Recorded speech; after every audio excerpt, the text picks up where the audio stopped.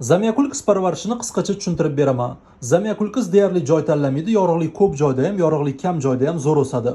Faqat ustiga quyosh tushmasin, asosan kuchli quyosh barglarni kuydiradi.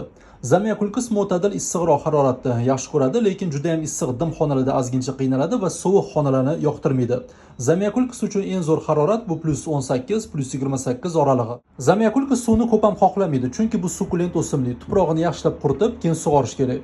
Misol uchun yaxshilab obdon sug'orasizlar, keyin tuprog'ini oxirigacha quritasilar va keyin yana obdon sug'orasizlar. Shu tartibda sug'orish kerak.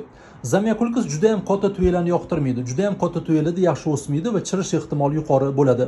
Zamyakulkis har doim o'ziga mos, iloji bo'lsa kichikroq tuyalarga ekili. Zamyakulkis tuprog'i yengil, havoni yaxshi o'tkazadigan, nisbatan tez quriydigan va ozgincha qumli toshli bo'lishi kerak.